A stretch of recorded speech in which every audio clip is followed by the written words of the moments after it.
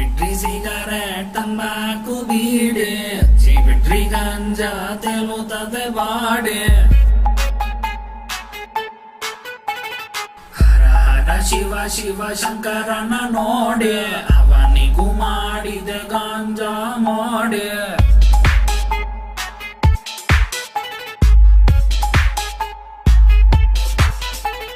ಬೇರು ಎತ್ತೋದು ಹಳೆದಾಗಿದೆ ಬೊಂಗನ್ನ ಎಳೆಯೋದು ಹೊಸದಾಗಿದೆ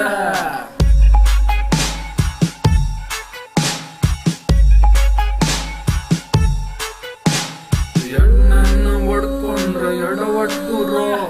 ಬಂಗಿನ್ನ ಎಳ್ಕೊಂಡು ನಗುತ್ತಾ ಇರೋ